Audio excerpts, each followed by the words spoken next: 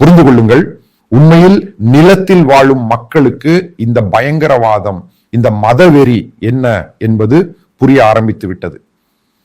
இல்லையெனில் இது போன்ற ஒரு புனித மாதத்தில், அந்த மாதத்தில் மதவெறி குழுவாக இருந்தால் அவர்களுக்கு எதிராக முன்பு ஆட்சி செய்த மக்கள், அதாவது ஹமாஸ் நிர்வாகம் இருந்தவர்கள், அவர்கள் ஒன்றிணைந்து பல இடங்களில் ஹமாஸுக்கு எதிராக போராட்டம் நடத்துகிறார்கள். ஏனெனில் வாழ்வதற்கு வேறு வழியே இல்லை. 17 மாதங்களாக அவர்கள் முழுமையாக வெளியேறி அங்கிருந்து இங்கு வருகிறார்கள்.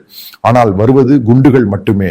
பின்னர் அவர்கள் சொல்கிறார்கள், விரைவில் இஸ்ரேல் ஹாஸ்டேஜஸ் விடுவிக்கப்பட வேண்டும், நாங்கள் இங்கிருந்து செல்ல தயாராக இருக்கிறோம். இதுதான் இஸ்ரேல் மற்றும் அமெரிக்காவின் இலக்கு. இவர்கள் வெளியேற வேண்டும். ஹமாஸால் கூட கட்டுப்படுத்த முடியவில்லை, ஹமாஸ் ஆதரவாளர்களையும் கூட ஹமாஸால் கட்டுப்படுத்த முடியவில்லை. மிகவும் எளிது. ஏன் இதை ரிப்போர்ட் செய்யவில்லை? பிபிசியில தீவிரவாதிகள் ஏறி ஆடுகிறார்கள். அவர்களால் இவ்வளவு காலமாக சொன்ன விஷயங்களை வைத்து முன்னேற முடியாது.